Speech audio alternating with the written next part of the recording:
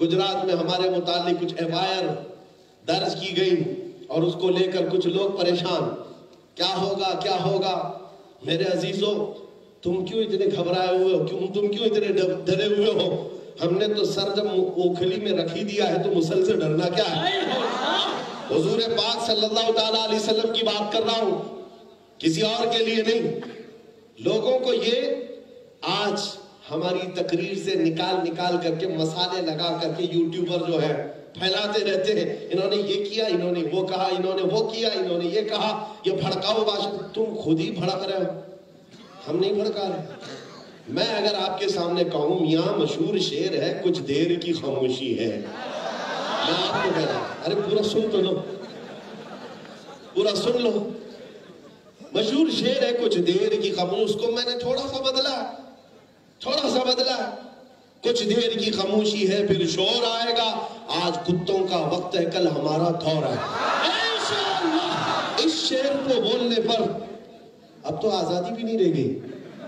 زبردستی کسی نے ٹویٹ کیا اور کہا انہوں نے ہماری قوم کو کتا کہا۔ میں نے کہیں کوئی لفظ کہا؟ نہ ہی میں نے کسی بھی قوم کا ذکر کیا، نہ ہی تمہارے گرو گھنٹال کا، نہ کسی بادشاہ کا، نہ کسی نیتا کا کہیں ذکر نہیں کیا۔ تم خود ہی کتا بننا چاہ رہے تمہیں کیا کہا؟ ہم نے کہیں کوئی ذکر نہیں کیا ہے اور نہ آج ذکر کر رہا ہوں۔ میاں اگر کوئی کتا کہہ کر پکارے آپ کیوں بھڑک رہے ہو؟ آپ کیوں بھڑک رہے ہو؟ آپ کو تو اللہ نے انسان بنایا ہے، آپ کو اللہ نے انسان بنایا ہے۔ اس لیے میرے عزیزوں، یہ جو ماحول بنایا گیا ہے ڈر اور خوف کا، میں یہ چاہتا ہوں کہ عشق مصطفیٰ جس کے سینے میں آئے، سب سے پہلا اثر یہ دکھاتا ہے عشق بے خوف ہو کر جیے، بے خوف ہو کر جینا چاہتا ہے۔ یہ تو تھے اعلیٰ حضرت جو سمندروں کی لہروں میں یہ اعلان کر رہے تھے۔ میں جو بات کہہ رہا تھا وہ یہی ہے، حالات جیسے بھی بگڑتے جائیں، خراب ہوتے جائیں، میں یہ کہتا ہوں طوفان کر رہا ہے میرے عزم کا طواف۔ دنیا سمجھ رہی ہے کشتی بھنور میں ہے، دنیا سمجھ رہی ہے کہ کشتی بھنور میں ہے، ارے کشتی بھنور میں نہیں، یہ طوفان میرے حوصلوں کا طواف کر رہا ہے، طوفان میرے حوصلوں کا طواف کر رہا ہے۔ وہ امام عشق و محبت تھا جو سمندروں کی لہروں میں اور موجوں میں بھی بے خوف ہو کر جیتا رہا، اور وہ جہاز بغیر ڈوبے جدہ کے ساحل پر لگ ہی گیا۔ پھر وہ بات پکی ہو گئی، جہاز چلانے والے کیپٹن کی بات رہ گئی، ہمارے کیپٹن کی بات اللہ نے رکھ لی، لاج رکھ لی۔ میرے عزیزوں، ان کے برادر گرامی ہیں حسن رضا بریلوی رحمت اللہ تعالیٰ علیہ، امام زمن۔ وہ تو اور آگے بڑھ کر کے کہتے ہیں، وہ اور آگے بڑھ کر عشق کی ندیاں دیکھنا ہو تو بریلی کی سرزمین پر ہر ایک کا سینہ بھرا ہوا ہے۔ ہم یوں ہی وہاں کا ذکر نہیں کرتے، ہمارا کیا دینا دینا ہے؟ صرف اس لیے کہ ڈال دی قلب میں عظمت مصطفیٰ، اس لیے ذکر سب سے زیادہ ہوتا ہے۔ میرے عزیزوں، جنر کی سرزمین پر رہنے والے آپ لوگ، میں کرناٹک کی سرزمین سے تعلق رکھنے والا، بریلی سے ہمارے کون سے رشتے ہیں؟ ددیالی، ننیالی، سسرالی کوئی رشتے نہیں ہیں، لیکن ہمارا ایک رشتہ ہے جو سب سے پاورفل ہے، وہ عشق مصطفیٰ کا، وہ محبت مصطفیٰ کا۔ اور برادر اعلیٰ حضرت امام زمان کیا کہتے ہیں؟ اعلیٰ حضرت تو سمندر کی لہروں میں اور موجوں میں کہہ رہے تھے یا رسول اللہ آنے دو یا ڈبو دو، اب تو تمہاری جانب، کشتی تمہیں پہ چھوڑی، لنگر اٹھا دیے۔ لیکن بھائی چھوٹے ہیں، وہ کہہ رہے یہاں کے حالات تو یہاں کے حالات، قیامت کے بارے میں کہتے ہیں ڈھونڈا ہی کرے صدر قیامت کے سپاہی، ڈھونڈا ہی کرے صدر قیامت کے سپاہی، وہ کس کو ملے جو تیرے دامن میں چھپا ہو۔ ان کا یقین دیکھو، جو حضور کے دامن میں چھپا ہو اس کا کون کیا کرے، اس کا کون کیا کرے۔ یہ یقین پیدا کرتا ہے عشق مصطفیٰ، یہ یقین کا اعلیٰ درجہ پیدا کرتی ہے محبت مصطفیٰ۔ اور شہزادہ اعلیٰ حضرت ہے، اعلیٰ حضرت کے بیٹے ہیں سرکار مفتی اعظم، یہاں بھی یقین کوئی کم نہیں ہے، یہاں کوئی یقین کم نہیں ہے۔ اس دربار میں آؤ تو کہتے ہیں میرے اعمال کا بدلہ تو جہنم ہی تھا، میں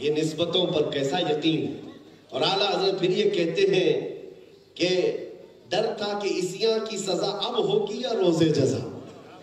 ایک ان کا نعتیہ کلام ہے، رخ دن ہے یا مہر سما یہ بھی نہیں وہ بھی نہیں، شب زلف یا مشک خطا یہ بھی نہیں وہ بھی نہیں۔ اسی میں اعلیٰ حضرت یہ کہتے ہیں ڈر تھا کہ گناہوں کی سزا اب ہوگی یا روز جزا، دی ان کی رحمت نے صدا یہ بھی نہیں وہ بھی نہیں۔ عزیزو عشق کی باتیں آتی ہیں تو عرض کیا جاتا ہے، اتنی مثالیں موجود ہیں۔ اور پھر میں اپنی گفتگو میں اس نام کو کیوں نہ لوں جس نے ہمارے زلف برہم کو سنوارا، ہماری پلک نوک کو جس نے سدھارا ہے، وہ نام ہے تاج الشریعہ بدر الطریقہ۔ اعلیٰ حضرت کے علوم کا جانشین کم نہیں ہے، بے خوف ہو کر جینے والا، وہ تقوی و طہارت کا امام۔ یہ کہتا ہے مجھے کیا فکر ہو اختر، مجھے کیا فکر ہو اختر، میرے یاور ہے وہ یاور، بلاؤں کو جو میری خود گرفتار بلا کر دے۔ بستی بستی کریا کریا تاج الشریعہ تاج الشریعہ تاج الشریعہ ایزان تاج الشریعہ۔ یہ باتیں کہاں سے آتی ہیں؟ یہ بے خوف ہو کر جینا کون سکھایا ہے؟ زمینداری نظام نے نہیں، نیتاؤں کی چاپلوسی نے نہیں، سیاست کے گلیاروں نے نہیں، بے خوف ہو کر کوئی چیز جینا سکھاتی ہے وہ عشق مصطفیٰ کی دولت ہے، عشق مصطفیٰ کی دولت ہے۔ جانتے ہو اس دور سے بھی زیادہ خطرناک وقت آ گیا تھا ایمرجنسی کا۔ بوڑھے حضرات جانتے ہوں گے، ہاں جو پرانے حضرات ہیں وہ جانتے ہیں، اندرا گاندھی کے زمانے میں ایمرجنسی کا نظام ایسا آ گیا تھا، پکڑ دھکڑ ایسی تھی، نظام کچھ بھی نہیں ہے، جو چاہے وہ ڈکٹیٹرانہ نظام تھا، کوئی کچھ نہ بولے، بس ایک کی حکومت۔ یہ ایمرجنسی کے دور میں جانتے ہو، ایمرجنسی کے دور میں وہ چاہتی تھی لیڈی کے نسل بندی کا قانون آ جائے، صرف ایک بچہ 2 بچہ یا اس کے علاوہ مردوں کی بھی نسل بندی کر دی جائے۔ اس سلسلے میں خطرہ تھا حکومت کو تو صرف اور صرف ایک مدارس سے یا علماء سے، کیونکہ ان کی پوری قوم ان کی سنتی ہے۔ تو حکومت نے پہلے وہ بھاڑے والوں کو بلایا، کرایہ والوں کو جو ان کی کرائے پہ چلتے تھے، ان مولویوں کو بلایا، کہا دیکھو ایسا ایسا پلان ہے۔ سب نے کہا آمنا صدقنا، حکومت آپ کی ہم بھی آپ کے، نسبندی کو قانون میں بنا دیا جائے گا۔ اب جو خطرہ تھا حکومت کو بریلی سے تھا کہ یہاں سے بھی اگر پاس ہو گیا تو سب ہو جائے گا۔ اور اس وقت بریلی میں کون بیٹھا تھا؟ شہزادہ اعلیٰ حضرت۔ حکومت کی طرف سے پرستاو آیا اور یہ فتویٰ پوچھا گیا نسبندی کیا ہے، مسلمانوں کے لیے اس چیز کا ہونا چاہیے کہ نہیں۔ سرکار مفتی اعظم ہند کو یہ بتایا بھی گیا، قانون لایا جا رہا ہے۔ آپ نے فرمایا نسبندی اسلام میں حرام ہے حرام ہے حرام ہے۔ کہا گیا حکومت یہ چاہتی ہے اور کئی علماء اس میں آ گئے ہیں۔ آپ نے فرمایا حکومت بدل جائے گی، میرے مصطفیٰ کی شریعت نہیں بدلے گی۔ اس دور میں جانتے ہو یہ فتویٰ جب نکلا تھا، جو بزرگ وہاں بریلی میں موجود ہیں وہ فرماتے ہیں اس فتوے کے پرنٹ کرنے پر بھی پابندی تھی۔ جس نے چھاپا تھا وہ پورا پریس جلا دیا گیا، اس کے پریس کے مالکان کو گرفتار کیا گیا، جنہوں نے دیواروں پر پوسٹر لگائے تھے اس فتوے کے ان کو گرفتار کیا گیا۔ لیکن قانون کو نہ بننا تھا نہ بنا، اور شہزادہ اعلیٰ حضرت کی زبان سے جو بات نکلی 2 سال نہیں گزرے تھے، حکومت کا تختہ پلٹ ہی گیا۔ یہ بے خوف ہو کر جینے والا مفتی اعظم، جو وقت کی طاغوتی طاقتوں سے آنکھوں میں آنکھیں ڈال کر بات کرنے والا کون ہوتا ہے؟ عاشق رسول ہی ہو سکتا ہے۔ عشق مصطفیٰ بے خوف ہو کر جینا سکھاتی ہے۔ میرے عزیزوں، آج تمہارے دلوں کے اندر یہ چیز میں دینا چاہتا ہوں کہ اپنے دلوں کو حضور کے لیے رکھ لو۔ اعلیٰ حضرت فرماتے ہیں دل ہے وہ دل جو تیری یاد سے معمور رہا، سر ہے وہ سر جو تیرے نام پہ قربان گیا، انہیں جانا انہیں مانا نہ رکھا غیر سے کام، للہ الحمد میں دنیا سے مسلمان گیا۔ عزیزان گرامی وقار، حالات کی کی پیچیدگیاں، حالات کی خرابیاں، لوگ بار بار ہمیں یہ توچن دیتے ہیں، تانا مارتے ہیں کہ تمہارے حالات اتنے خراب ہو گئے، اب کیا ہوگا، تب کیا ہوگا۔ میاں ہم کہتے ہیں ہم یہ تاریخ تو 1400 سال سے پڑھتے آ رہے ہیں، ہم نے کربلا بھی سنا ہے، ہم نے بدر بھی سنا ہے، احد بھی سنا ہے، خندق بھی سنا ہے۔ اسلام کو ختم ہونا تھا تو شہزادہ رسول کے قتل پر کربلا میں ختم ہو جاتا، اسلام ختم ہو جاتا، لیکن اسلام کی یہ اس کی آئیڈینٹی ہے، اس کی اسپیشلٹی ہے، اسلام زندہ ہوتا ہے ہر کربلا کے بعد، اور اس کی خصوصیت ہے اسلام زندہ ہوتا ہے ہر کربلا کے بعد۔ اس پر بھی کچھ لوگوں کو آپتی ہے، میرے اس بیان کو بھی لے کر کے کہا ہے بھڑکاؤ بیان ہے، انہوں نے کہا ہے ابھی کربلا کا آخری میدان باقی ہے۔ یہ تو میرے دین کی سچائیاں ہیں، نبی پاک صلی اللہ تعالیٰ علیہ وسلم نے جو بشارت دی ہے کیا میں وہ بھی نہیں بیان کروں گا؟ حضور نے فرمایا قیامت کے قریب سورج پچھم سے نکلے گا، حضور کی بات پر یقین ہے یا نہیں؟ نبی پاک صلی اللہ علیہ وسلم نے فرمایا قیامت کے قریب دجال آئے گا، حضور کی بات پر یقین ہے یا نہیں؟ نبی پاک صلی اللہ تعالیٰ علیہ وسلم نے فرمایا یاجوج ماجوج آئیں گے، پوری دنیا میں فساد مچائیں گے، حضور کی بات پر یقین ہے یا نہیں؟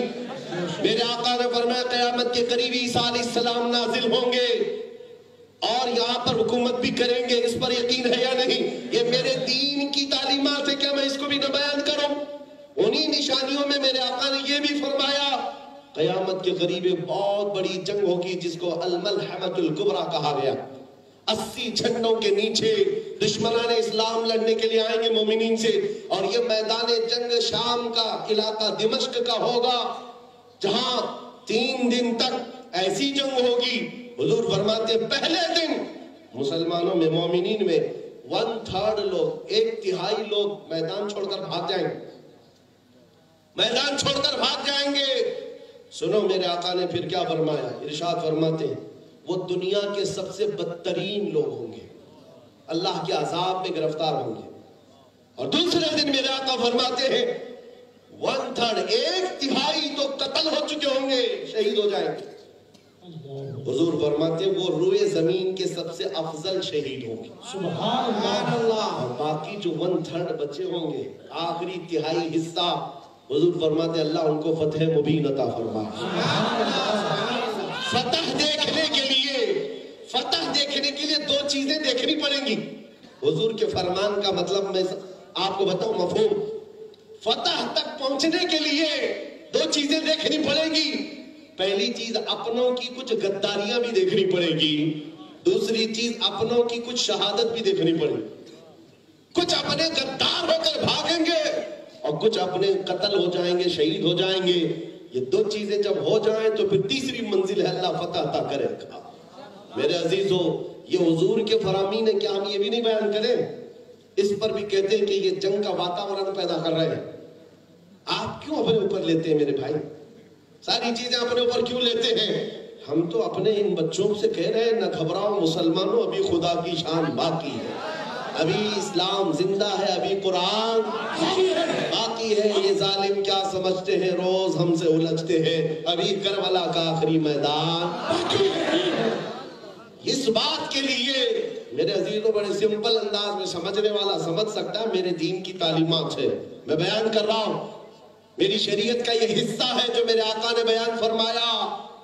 عزیزان گرامی وقار، میری تقریر کا خلاصہ اور آخر لب لباب صرف یہی ہے، ان کے جو ہم غلام تھے خلق کے پیشوا رہے، ان سے پھرے جہاں پھرا پھر آئی کمی وقار میں۔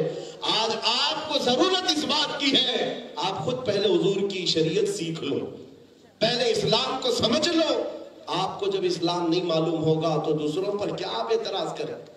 کون ہماری مسجدوں کو توڑے، کون ہماری خانقاہوں کو برباد کرے، کون ہمارے معبدوں کو، ہماری شناختوں کو ختم کر رہا ہے؟ یہ الزام بعد میں لگاؤ، مجھے رہزنوں سے غرض نہیں، تیری رہبری کا سوال ہے، تیری رہبری کا سوال ہے۔ چور اگر تمہارے گھر میں داخل ہو کر چوری کر لیا، چلا گیا، کوستے بیٹھے رہو کہ چور ایسا تھا، کالا تھا، چور لمبا تھا، چور موٹا تھا۔ میاں چور کی چیزیں آپ کیوں گنا رہے ہو؟ چور کا کام ہے چوری کرنا، تم کیا کر رہے تھے گھر میں؟ تم اپنے گھر میں کیا کر رہے تھے؟ اسی لیے آج ذمہ داری تمہاری ہے دین اسلام پر پورے عمل تو کرو. حضور کے اخلاق کیا یہ تقریروں میں بتانے کے لیے؟ حضور کی سنتیں کیا یہ مولویوں کے لیے ہیں؟ مسلمانوں کے لیے نہیں. نبی پاک صلی اللہ تعالیٰ علیہ وسلم کے متعلق آپ سے میں ایک سوال کروں، کیا تمہارا یہ ایمان کہتا ہے کہ پوری روئے زمین پر سب سے حسین چہرہ میرے آقا کا تھا؟ تمہارا ایمان کہتا ہے؟ مانتے ہو کہ نہیں مانتے ہو؟ حضور کا چہرہ سب سے حسین تھا، تو پھر اس چہرے کی طرح ہمارا چہرہ کیوں نہیں بن جاتا؟ سبحان اللہ.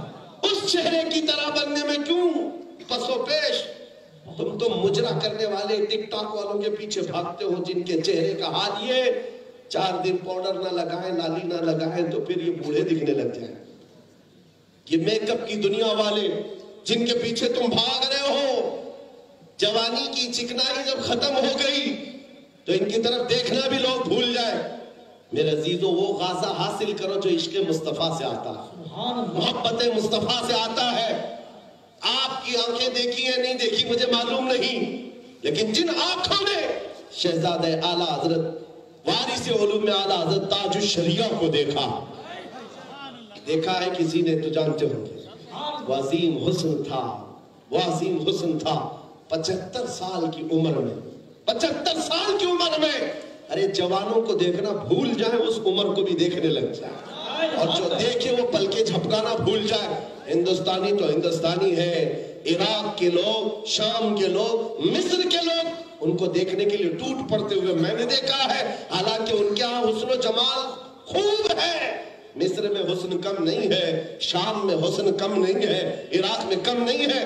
باوجود اس کے ایک چہرہ ہے جو سب کو کھینچ رہا ہے. اس کا مطلب یہ ہے، خوبصورت کا مطلب گورا ہونا نہیں ہے، عشق مصطفیٰ خوبصورتی ہوتی ہے.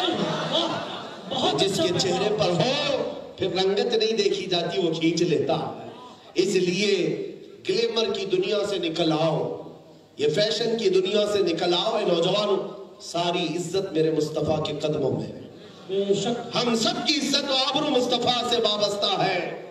آؤ اسی دربار میں جس دربار میں غلامی کرتے کرتے ابو بکر صدیق بن گئے، جس دربار میں آنے والے عمر فاروق اعظم بن گئے، اس دربار میں آنے والے عثمان ذو النورین ہوئے، اس دربار سے رشتہ رکھنے والے علی بن ابی طالب وقت کے اسد اللہ الغالب حیدر کرار بن گئے. جو آیا وہ پایا ہے، اور وہ تو صحابہ تھے جو اس وقت پائے تھے. لیکن زمانہ بیت گیا، صدیاں گزر گئی. بریلی کا امام دیکھو، امام احمد رضا خان، احمد رضا خان ہی ہے، پٹھان قبیلے کی ہی ہے، لیکن مصطفیٰ کے قدموں سے جب وابستہ ہو جائے تو چپے چپے سے آواز آتی ہے، عشق محبت، عشق محبت. ہر جلسے میں نام ہی نام ہے. وفا چونے تو ہم تیرے ہیں، یہ جہاں چیز ہے کیا، لوح و قلم تیرے ہیں. اس سے آس لگا کر بیٹھنا چھوڑ دو. حکومتیں آتی رہتی ہیں جاتی رہتی ہیں، کوئی تمہارا پرسان حال نہیں. سب ایک لالی پاپ دے کر کے 5 سال گزار دیں گے، اور ایک چاکلیٹ دے کر جیسے بچے کو بہلا دیا جاتا ہے ایسی حالات کریں گے. کچھ نہیں دے سکتے. کیا دیں گے جن کے دامن خود ہی خالی ہو، جو خود ہی لوٹ مار مچائے ہو، وہ ہمیں کیا دیں گے؟ ہاں دے کوئی سکتا ہے، کون دیتا ہے؟ دینے کو چاہیے. دینے والا ہے سچا، دینے والا ہے سچا، دینے والا ہے سچا. لبیک یا رسول اللہ. الحمدللہ رب العالمین.